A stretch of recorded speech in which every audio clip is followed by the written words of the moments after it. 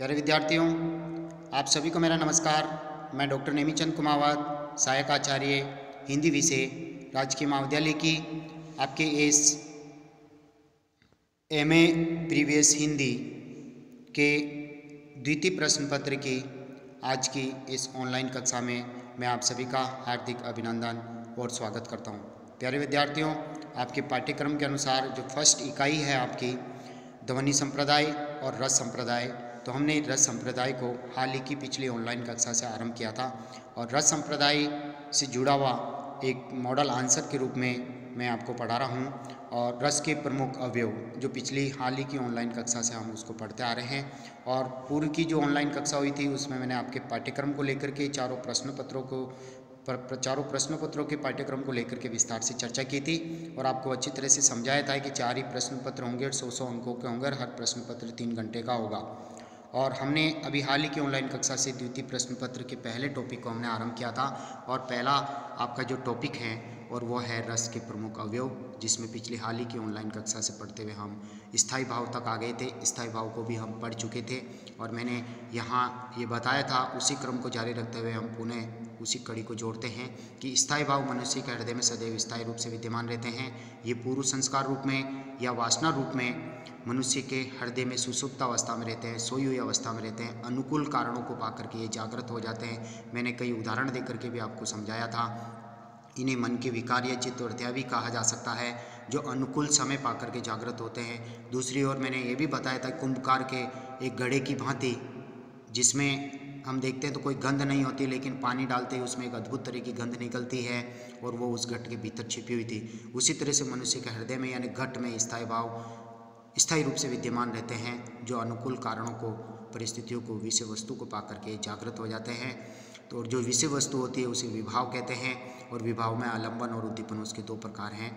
तो चलिए उसी क्रम को जारी रखते हुए हम आगे बढ़ते हैं।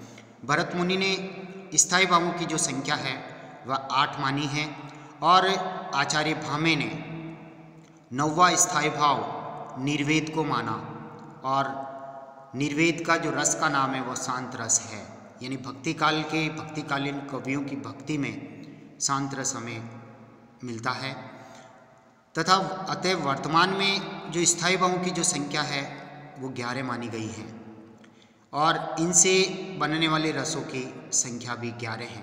तो आइए हम देखते हैं रस के नाम सहित उनके स्थायी भाव निम्नानुसार हैं।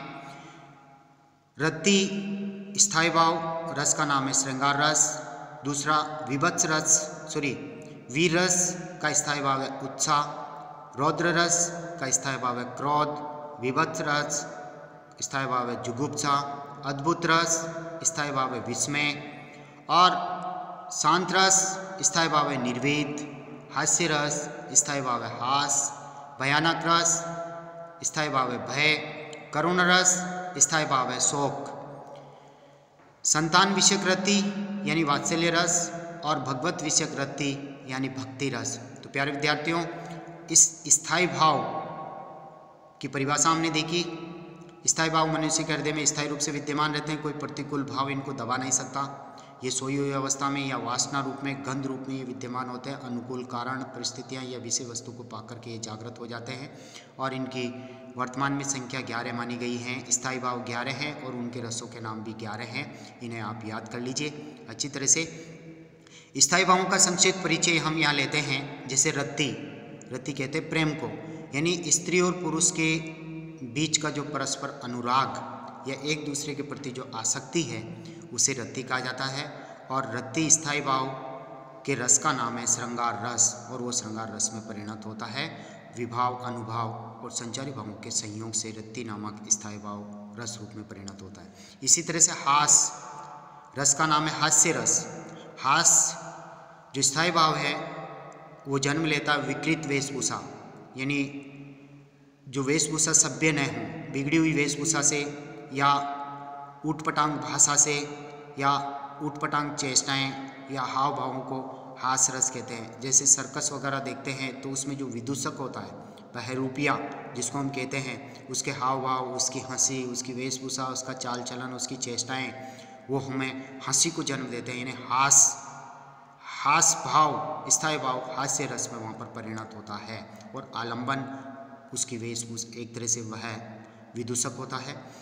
तीसरा जो स्थायी भाव है वह है शोक, यानी अभी चर्चा की थी एक उदाहरण देकर के शोक की। इष्ट वस्तु यानी हमारी कोई इष्ट है, प्रिय कोई वस्तु है, उसका कोई विनाश हो जाए, या कोई व्यक्ति है हमारा प्रिय मित्र या पारिवारिक व्यक्ति, उसका विनाश, उसकी मृत्यु से जो उत्पन्न व्याकुलता उत्पन्न होती है उसे शोक कहते हैं। जो दुख होता है किसी की मृत्यु पर उसे शोक संवेदना कहते हैं। और इस स्थायी भाव का, शोक स्थायी भाव का रस का नाम है करुण रस। चौथा स्थायी भाव है क्रोध, यानी शत्रु से विवाद करना, उत्तेजनापूर्ण अपमान से उत्पन्न मनोविकार को क्रोध कहते हैं। यानी क्रोध मनुष्य के हृदय में विद्यमान होता है, लेकिन अनुकूल कारण सामने शत्रु को पा करके या शत्रु की गृहोक्तियाँ या उसके द्वारा किए गए कार्य से मनुष्य के हृदय में रहने वाला स्थायी भाव क्रोध जागृत होता है। तो शत्रु से विवाद करना, उत्तेजनापूर्ण उसके द्वारा अपमान करने से ये क्रोध नामक मनोविकार उत्पन्न होता है, इसे क्रोध कहते हैं।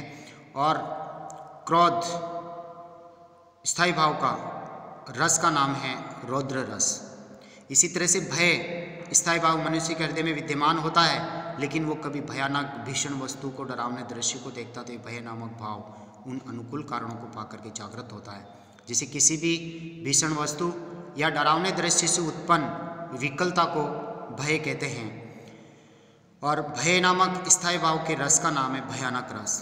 और इसी तरह से अगला छठा है उत्साह। स्थायी भाव का नाम है उत्साह, यानी उत्साह तब होता है दान करना, धर्म का अनुसरण करना, शौर्य वीरता। तो इस तरह से शौर्य से संबंधित यानी रणभूमि से संबंधित आदि के प्रसंग में उत्तरोत्तर उत्पन्न भाव को उत्साह कहते हैं। और उत्साह स्थायी भाव के रस का नाम है वीर रस, यानी जो एक सैनिक है उसकी भुजाएं फड़कना, सामने के सैनिकों को देख करके, शत्रु पक्ष के सैनिकों को देख करके, यानी शौर्य वीरता उसमें जन्म लेना, भुजाएं फड़कना, होठ फड़फड़ाना, चेहरे का रंग बदल जाना, इस तरह से वहाँ उत्साह जन्म लेता है। या हम दान करते हैं, धार्मिक व्यवहार करते हैं तो उत्साह जन्म लेता, मन में खुशी पैदा होती है और उसे वीर रस कहते हैं। सातवां स्थायी भाव है जुगुप्सा। जुगुप्सा घृणा से पैदा होता है। जैसे किसी घृणोत्पादक वस्तु को देखने, सुनने अथवा उसका स्मरण करने से मन में जो भाव उत्पन्न होता है उसको जुगुप्सा कहते हैं। जैसे हम कहीं रास्ते पे चल रहे हैं और दूसरी तरफ जैसे गंदगी भरी हुई है, बदबू आ रही है, हम नाक मुंह सिकोड़ते हुए, थू थू करते हुए आगे बढ़ते हैं, मच्छर भिन-भिना रहे हैं या कहीं मवेशी पशु मरे हुए हैं, दुर्गंध आ रही है, तो इस दृश्य को देख करके, यानी यह आलंबन है, इस दृश्य को देख करके मनुष्य के हृदय में रहने वाला जुगुप्सा स्थायी भाव जागृत हो जाता है और वो विभाव, अनुभव और संचारी भावों के रूप के संयोग से विभत्स रस में परिवर्तित हो जाता है, यानी विभत्स रस का स्थायी भाव जुगुप्सा। इसी तरह से विस्मय, स्थायी भाव का नाम है विस्मय और रस का नाम है अद्भुत रस। यानी जैसे आश्चर्यजनक किसी दृश्य को हम देख लेते हैं, किसी अद्वितीय वस्तु को देख लेते हैं जिस पर मनुष्य का विश्वास ही नहीं होता, किसी अलौकिक घटना या अनहोनी को वो देख लेता है तो शरीर की रोमावली खड़ी हो जाती है और हम अत्यधिक आश्चर्यचकित हो जाते हैं, उसको हम विस्मय कहते हैं। यानी आश्चर्य का आभास करने वाली अद्वितीय वस्तु से उत्पन्न मनोविकार विस्मय कहलाता है और इसके रस का नाम है अद्भुत रस। नौवां स्थायी भाव है निर्वेद, यानी संसार की क्षणभंगुरता, दुखमयता से उत्पन्न विरक्ति को निर्वेद कहते हैं। यानी संसार की जो क्षणभंगुरता, यानी संसार नश्वर है, संसार की प्रत्येक वस्तु एक न एक दिन विनष्ट हो जाएगी, ऐसा साधु संतों का, सभी सज्जन लोगों का और सभी यानी वेदों पुराणों में, इनमें सभी अपने धार्मिक ग्रंथों में यही चीज़ लिखी हुई कि संसार की चीज़ें नश्वर है, मनुष्य शरीर भी नश्वर है, एक दिन वो यहीं विनष्ट हो जाएगा और आत्मा अजर अमर है जो परमात्मा का अंश है और परमात्मा में एक दिन विलय होगी। तो कहने का तात्पर्य संसार से उत्पन्न दुखमयता, कष्ट, संसार भोग विलासों में हम डूबते हैं और कष्ट प्राप्त करते हैं, तो इनसे जो उत्पन्न होता है अंततः कि ये स्थायी चीज़ें नहीं हैं, स्थायी केवल प्रभु की भक्ति है। यानी आत्मा इस संसार में नियत कर्म करने के लिए आती है और अपने कर्मों का फल एक दिन उसको भोगना पड़ता है और वह आत्मा अंतिम समय में पुनः परमात्मा में विलय होती है। तो इस तरह से संसार से, परिवार से, समाज से एक तरह से जो विरक्ति, वैराग्य की जो भावना जन्म लेती है, संन्यास ग्रहण करने की जो भावना जन्म लेती है, भक्ति की ओर जो मन उन्मुख होता है उसे निर्वेद कहते हैं। सांसारिक विरक्ति को निर्वेद कहते हैं और इसका रस का नाम है शांत रस। जो कबीर आदि संतों की यानी भक्ति काल में हमें शांत रस की अभिव्यक्ति देखने को मिलती है।